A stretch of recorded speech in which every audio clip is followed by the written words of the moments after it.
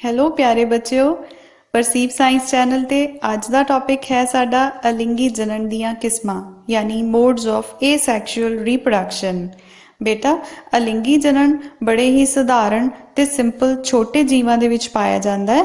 ਇਹਦੇ ਵਿੱਚ ਜੀਵ ਆਪਣੇ ਆਪ ਹੀ ਮਲਟੀਪਲਾਈ ਹੋ ਜਾਂਦੇ ਨੇ। ਇਹਦੇ ਵਿੱਚ ਦੋ ਮਾਪਿਆਂ ਦੀ ਅਤੇ ਕੰਪਲਿਕੇਟਿਡ ਰੀਪਰੋਡਕਸ਼ਨ ਪ੍ਰੋਸੈਸ ਦੀ ਜ਼ਰੂਰਤ ਨਹੀਂ ਪੈਂਦੀ। ਇਹਦਾ ਸਭ ਤੋਂ ਪਹਿਲਾ ਤਰੀਕਾ ਜਿਹੜਾ ਅਸੀਂ ਦੇਖਾਂਗੇ ਉਹ ਹੈ ਬਾਈਨਰੀ ਫਿਸ਼ਨ ਜਾਂ ਦੋ ਖੰਡਨ। ਬੇਟਾ, ਦੋ ਜਾਂ ਬਾਈਨਰੀ ਦਾ ਮਤਲਬ ਹੈ ਟੂ, ਖੰਡਨ ਦਾ ਮਤਲਬ ਹੈ ਟੁੱਟਣਾ। ਸੋ ਇਸ ਤਰ੍ਹਾਂ ਦੀ ਪ੍ਰਕਿਰਿਆ ਜਿਹਦੇ ਵਿੱਚ ਜੀਵ ਦੋ ਭਾਗਾਂ ਦੇ ਵਿੱਚ ਟੁੱਟ ਜਾਂਦਾ ਹੈ ਤੇ ਹਰ ਇੱਕ ਭਾਗ ਇੱਕ ਨਵੇਂ ਜੀਵ ਨੂੰ ਪੈਦਾ ਕਰਦਾ ਹੈ। The organism divides into two parts। ਹੁਣ ਅਸੀਂ ਦੇਖਾਂਗੇ ਕਿ ਅਮੀਬਾ ਦੇ ਵਿੱਚ ਬਾਈਨਰੀ ਫਿਸ਼ਨ ਕਿਸ ਤਰ੍ਹਾਂ ਹੁੰਦਾ ਹੈ। ਤਾਂ ਬੇਟਾ ਤੁਸੀਂ ਦੇਖੋ ਕਿ ਅਮੀਬਾ ਦੇ ਵਿੱਚ ਜਿਹੜਾ ਨਿਊਕਲੀਅਸ ਹੈ ਉਹ ਦੋ ਭਾਗਾਂ ਦੇ ਵਿੱਚ ਖੰਡਿਤ ਹੁੰਦਾ ਹੈ ਤੇ ਹੌਲੀ ਹੌਲੀ ਪੂਰੀ ਸੈੱਲ ਬੋਡੀ ਜਿਹੜੀ ਹੈ ਉਹ ਵੀ ਖੰਡਿਤ ਹੋਣਾ ਸ਼ੁਰੂ ਹੋ ਜਾਂਦੀ ਹੈ। ਤੇ ਇਸ ਤਰ੍ਹਾਂ ਕੁਝ ਸਮੇਂ ਦੇ ਵਿੱਚ ਹੀ ਅਮੀਬਾ ਦੋ ਨਿਊਕਲੀਅਸ ਵਾਲੇ ਦੋ ਸੈੱਲਾਂ ਦੇ ਵਿੱਚ ਟੁੱਟ ਜਾਂਦਾ ਹੈ। ਕਿਉਂਕਿ ਇਹ ਦੋ ਸੈੱਲਾਂ 'ਚ ਟੁੱਟਿਆ ਇਸ ਲਈ ਇਹ ਹੈ ਦੋ ਖੰਡਨ ਵਿਧੀ। ਇਸ ਤਰ੍ਹਾਂ ਪੈਦਾ ਹੋਏ ਦੋਵੇਂ ਨਵੇਂ ਸੈੱਲ ਨਵੇਂ ਅਮੀਬਾ ਨੇ। ਯੂਗਲੀਨਾ ਤੇ ਪੈਰਾਮੀਸ਼ੀਅਮ ਦੇ ਵਿੱਚ ਵੀ ਅਸੀਂ ਦੋ ਖੰਡਨ ਵਿਧੀ ਰਾਹੀਂ ਹੀ ਰੀਪਰੋਡਕਸ਼ਨ ਦੇਖਦੇ ਹਾਂ।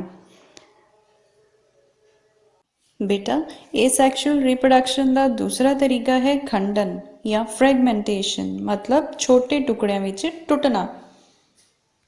ਸਰਲ ਰਚਨਾ ਵਾਲੇ ਸਿੰਪਲ ਜੀਵ ਜਿਹੜੇ ਹੁੰਦੇ ਨੇ ਉਹ ਛੋਟੇ ਛੋਟੇ ਟੁਕੜਿਆਂ ਦੇ ਵਿੱਚ ਟੁੱਟ ਜਾਂਦੇ ਨੇ ਤੇ ਉਹ ਹਰੇਕ ਛੋਟਾ ਟੁਕੜਾ ਨਵਾਂ ਜੀਵ ਉਤਪੰਨ ਹੋ ਜਾਂਦਾ ਹੈ। ਇਹਨੂੰ ਕਹਿੰਦੇ ਨੇ ਖੰਡਨ। ਬੇਟਾ, ਖੰਡਨ ਦਾ ਜਿਹੜਾ ਐਗਜ਼ਾਮਪਲ ਹੈਗਾ ਉਹ ਸਪਾਇਰੋਗਾਇਰਾ ਦਾ ਮੈਂ ਤੁਹਾਨੂੰ ਦੱਸਦੀ ਹਾਂ।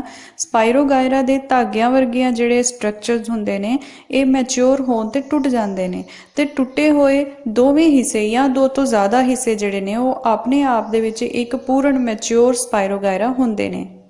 ਅਲਿੰਗੀ ਪ੍ਰਜਨਨ ਦਾ ਬੇਟਾ ਅਗਲਾ ਤਰੀਕਾ ਜਿਹੜਾ ਮੈਂ ਤੁਹਾਨੂੰ ਸਮਝਾਉਣ ਜਾ ਰਹੀ ਹਾਂ ਉਹ ਹੈ ਬਡਿੰਗ। ਬਡਿੰਗ ਵੀ ਅਸੀਂ ਸਿੰਪਲ ਬੇਸਿਕ ਸਟਰਕਚਰਸ ਵਾਲੇ ਜੀਵਾਂ ਦੇ ਵਿੱਚ ਹੀ ਦੇਖਦੇ ਹਾਂ ਤੇ ਬਡਿੰਗ ਦੇ ਵਿੱਚ ਜਿਹੜਾ ਛੋਟਾ ਜੀਵ ਹੈ ਉਹ ਵੱਡੇ ਪੇਰੈਂਟ ਜੀਵ ਦੇ ਕੁਝ ਥੋੜੇ ਜਿਹੇ ਸੈੱਲਾਂ ਦੇ ਵਿੱਚੋਂ ਪੈਦਾ ਹੁੰਦਾ ਹੈ ਤੇ ਉਸ ਥੋੜੇ ਜਿਹੇ ਸੈੱਲਾਂ ਵਾਲੇ ਪਾਰਟ ਨੂੰ ਕਹਿੰਦੇ ਨੇ ਬਡ।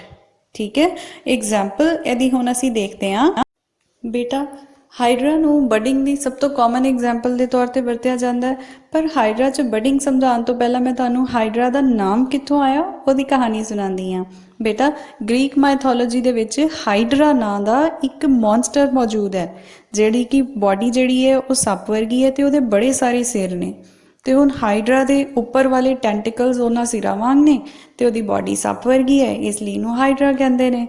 ਤੇ ਬੇਟਾ, ਹਾਈਡਰਾ ਬਡਿੰਗ ਦੁਆਰਾ ਰੀਪਰੋਡਿਊਸ ਕਰਦਾ ਹੈ। ਇਹਦੀ ਬਡ ਦੇ ਉੱਤੇ ਹੌਲੀ ਹੌਲੀ ਟੈਂਟੀਕਲਸ ਡਿਵੈਲਪ ਹੋ ਜਾਂਦੇ ਨੇ, ਫਿਰ ਇਹਦੀ ਬਡ ਟੁੱਟ ਕੇ ਥੱਲੇ ਡਿੱਗ ਜਾਂਦੀ ਹੈ ਔਰ ਇੱਕ ਨਵਾਂ ਹਾਈਡਰਾ ਪੈਦਾ ਹੋ ਜਾਂਦਾ ਹੈ। ਤੇ ਬਡਿੰਗ ਦੀ ਦੂਸਰੀ ਕਾਮਨ ਐਗਜ਼ਾਮਪਲ ਹੈ ਬੇਟਾ ਯੀਸਟ।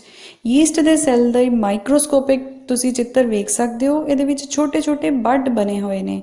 ਯੀਸਟ ਨੂੰ ਬੇਕਿੰਗ ਇੰਡਸਟਰੀ ਦੇ ਵਿੱਚ ਵਰਤਿਆ ਜਾਂਦਾ ਹੈ ਤੇ ਇਹਦੇ ਵਿੱਚ ਵੀ ਰੀਪਰੋਡਕਸ਼ਨ ਜਿਹੜੀ ਹੈ ਉਹ ਬਡਿੰਗ ਦੇ ਦੁਆਰਾ ਹੀ ਹੁੰਦੀ ਹੈ।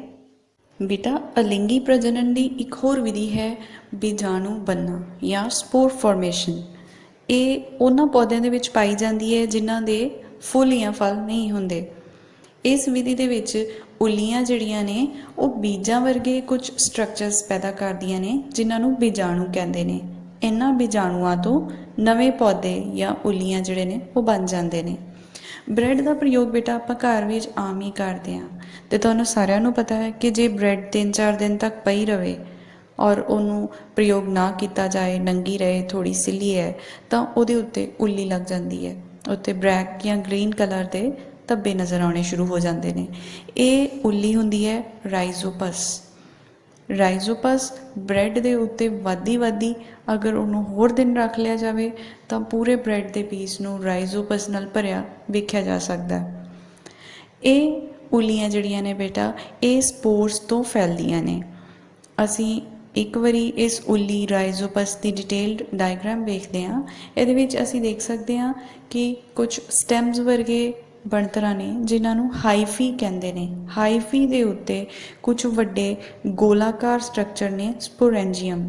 ਸਪੋਰੈਂਜੀਅਮ ਦੇ ਵਿੱਚ ਇੱਕ ਸੈੱਲ ਵਾਲੇ ਔਰ ਇੱਕ ਨਿਊਕਲੀਅਸ ਵਾਲੇ ਬੜੇ ਸਾਰੇ ਸਪੋਰਸ ਬਣ ਜਾਂਦੇ ਨੇ। ਜਦੋਂ ਸਪੋਰੈਂਜੀਅਮ ਪੱਕ ਜਾਂਦਾ ਹੈ ਤਾਂ ਇਹ ਫਟ ਜਾਂਦਾ ਹੈ। ਇਸ ਚਿੱਤਰ ਦੇ ਵਿੱਚ ਤੁਸੀਂ 100 ਗੁਣਾ ਵੱਡਾ ਕੀਤਾ ਹੋਇਆ ਇੱਕ ਸਪੋਰੈਂਜੀਅਮ ਦੇਖ ਰਹੇ ਹੋ, ਜਿਹਦੇ ਫਟਣ 'ਤੇ ਹਜ਼ਾਰਾਂ ਦੀ ਗਿਣਤੀ ਦੇ ਵਿੱਚ ਸਪੋਰਸ ਜਿਹੜੇ ਨੇ ਹਵਾ 'ਚ ਬਿਖਰ ਰਹੇ ਨੇ। ਇਹ ਸਪੋਰਸ ਵੱਡੇ ਹੋ ਕੇ ਜਦੋਂ ਉੱਡ ਕੇ ਕਿਸੇ ਹੋਰ ਸਪੌਟ 'ਤੇ ਡਿੱਗਦੇ ਨੇ ਜਿਹੜਾ ਕਿ ਫੇਵਰੇਬਲ ਹੋਵੇ, ਫੇਵਰੇਬਲ ਮਤਲਬ ਜਿੱਥੇ ਇਹਨਾਂ ਨੂੰ ਪਾਣੀ ਅਤੇ ਖਾਣਾ ਮਿਲ ਸਕੇ, ਅਤੇ ਇਹ ਨਵੇਂ ਹਾਈਫੀ ਗਰੋ ਕਰ ਲੈਂਦੇ ਨੇ। ਸੋ ਨਵਾਂ ਰਾਈਜ਼ੋਪਸ ਉੱਥੇ ਵੱਧ ਜਾਂਦਾ। ਹੁਣ ਛੋਟੇ ਜੀਵਾਂ ਤੋਂ ਬਾਅਦ ਬੇਟਾ ਅਸੀਂ ਗੱਲ ਕਰਾਂਗੇ ਪੌਦਿਆਂ ਦੀ। ਪੌਦੇ ਹਮੇਸ਼ਾ ਬੀਜਾਂ ਜਾਂ ਫੁੱਲਾਂ ਨਾਲ ਹੀ ਪ੍ਰਜਨਨ ਨਹੀਂ ਕਰਦੇ। ਪੌਦੇ ਇੱਕ ਹੋਰ ਤਰ੍ਹਾਂ ਨਾਲ ਪ੍ਰਜਨਨ ਵੀ ਕਰਦੇ ਨੇ, ਜਿਹਨੂੰ ਕਹਿੰਦੇ ਨੇ ਕਾਇਕ ਪ੍ਰਜਨਨ। ਬਹੁਤ ਸਾਰੇ ਪੌਦਿਆਂ ਵਿੱਚ ਪੌਦੇ ਦੇ ਹੋਰ ਭਾਗ ਜਿਸ ਤਰ੍ਹਾਂ ਜੜ ਹੈ, ਤਣਾ ਹੈ ਜਾਂ ਪੱਤੇ ਨੇ, ਇਹ ਕਿਸੇ ਖਾਸ ਪਰਿਸਥਿਤੀਆਂ ਦੇ ਵਿੱਚ ਵਿਕਸਿਤ ਹੋ ਕੇ ਨਵੇਂ ਪੌਦੇ ਵੀ ਪੈਦਾ ਕਰ ਸਕਦੇ ਨੇ। ਚਲੋ ਮੈਂ ਤੁਹਾਨੂੰ ਕੁਝ ਬੜੀਆਂ ਹੀ ਆਮ ਉਦਾਹਰਨਾਂ ਦੇ ਨਾਲ ਸਮਝਾਉਂਦੀ ਹਾਂ। ਫੁੱਲਾਂ ਦਾ ਰਾਜਾ ਗੁਲਾਬ। ਗੁਲਾਬ ਬੇਟਾ ਅਸੀਂ ਟਹਿਣੀ ਤੋਂ ਲਗਾਉਂਦੇ ਹਾਂ। ਇੱਕ ਗੁਲਾਬ ਦੀ ਕਟਿੰਗ ਨੂੰ ਜ਼ਮੀਨ 'ਚ ਕੱਢ ਦਿਓ ਅਤੇ ਤੁਹਾਡੇ ਕੋਲ ਗੁਲਾਬ ਦਾ ਪੂਰਾ ਪੌਦਾ ਆ ਜਾਏਗਾ। ਅੱਜ ਕੱਲ੍ਹ ਆਮ ਮਿਲਣ ਵਾਲਾ ਪੌਦਾ ਪੁਦੀਨਾ।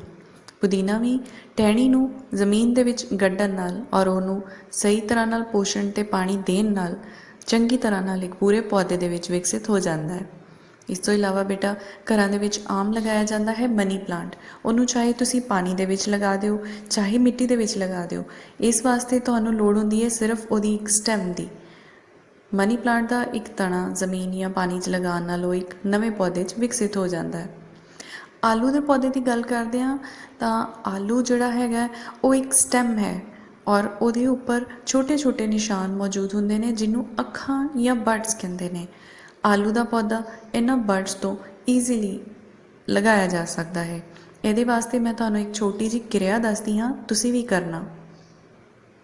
ਇਸ ਵਾਸਤੇ ਬੇਟਾ ਅਸੀਂ ਥੋੜ੍ਹਾ ਰੂੰ ਲੈਣਾ ਹੈ, ਕੋਈ ਵੀ ਬਰਤਨ ਲੈਣਾ ਹੈ ਅਤੇ ਆਲੂ ਦੇ ਟੁਕੜਿਆਂ ਨੂੰ ਮੋਟਾ ਮੋਟਾ ਕੱਟ ਲੈਣਾ ਹੈ, ਜਿਨ੍ਹਾਂ ਦੇ ਵਿੱਚ ਉਹਨਾਂ ਦੀਆਂ ਅੱਖਾਂ ਜਾਂ ਬਡਸ ਜ਼ਰੂਰ ਮੌਜੂਦ ਹੋਣ। ਹੁਣ ਇਹਨਾਂ ਕੱਟੇ ਹੋਏ ਟੁਕੜਿਆਂ ਨੂੰ ਕਾਟਨ ਦੇ ਉੱਪਰ ਰੱਖ ਦਿਓ। ਅਸੀਂ ਇਸ ਗੱਲ ਦਾ ਧਿਆਨ ਰੱਖਣਾ ਹੈ ਕਿ ਉਹਨਾਂ ਵਿੱਚ ਅੱਖਾਂ ਜਾਂ ਬਡਸ ਜ਼ਰੂਰ ਮੌਜੂਦ ਹੋਣ। ਇਸ ਨੂੰ ਗਿੱਲਾ ਕਰਨ 'ਤੇ ਤੁਸੀਂ ਥੋੜ੍ਹੇ ਦਿਨਾਂ ਬਾਅਦ ਦੇਖੋਗੇ ਕਿ ਜਿੱਥੇ ਬਡਸ ਸੀ ਉੱਥੇ ਛੋਟੀਆਂ ਛੋਟੀਆਂ ਸ਼ਾਖਾਵਾਂ ਨਿਕਲ ਆਈਆਂ ਨੇ, ਜਿਨ੍ਹਾਂ ਤੋਂ ਨਵੇਂ ਪੌਦੇ ਲੱਗ ਸਕਦੇ ਨੇ। ਵੈਜੀਟੇਟਿਵ ਪ੍ਰੋਪੀਗੇਸ਼ਨ ਦੀ ਇੱਕ ਹੋਰ ਬੜੀ ਵਧੀਆ ਉਦਾਹਰਣ ਹੈ ਬੇਟਾ ਸਾਡੇ ਕੋਲ ਪੱਥਰ ਚੱਟ। ਪੱਥਰ ਚੱਟ ਇੱਕ ਇਸ ਤਰ੍ਹਾਂ ਦਾ ਪੌਦਾ ਹੈ ਬੇਟੇ, ਜਿਹੜਾ ਕਿ ਆਪਣੇ ਪੱਤਿਆਂ ਦੇ ਉੱਪਰ ਹੀ ਨਵੇਂ ਛੋਟੇ ਛੋਟੇ ਪੌਦੇ ਵਿਕਸਿਤ ਕਰ ਲੈਂਦਾ ਹੈ।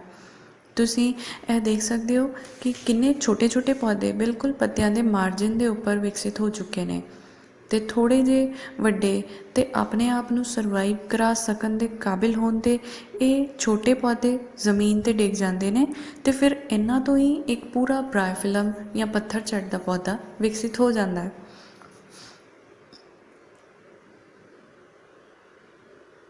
ਪਿਆਰੇ ਬੱਚਿਓ, ਇਸ ਤੋਂ ਇਲਾਵਾ ਗ੍ਰਾਫਟਿੰਗ ਜਾਂ ਟਿਸ਼ੂ ਕਲਚਰ ਵਰਗੇ ਹੋਰ ਤਰੀਕੇ ਵੀ ਨੇ ਜਿਨ੍ਹਾਂ ਨਾਲ ਕਿ ਅਲਿੰਗੀ ਜਨਨ ਹੋ ਸਕਦਾ ਹੈ, ਲੇਕਿਨ ਉਹ ਤੁਸੀਂ ਵੱਡੀਆਂ ਕਲਾਸਾਂ ਦੇ ਵਿੱਚ ਪੜ੍ਹੋਗੇ।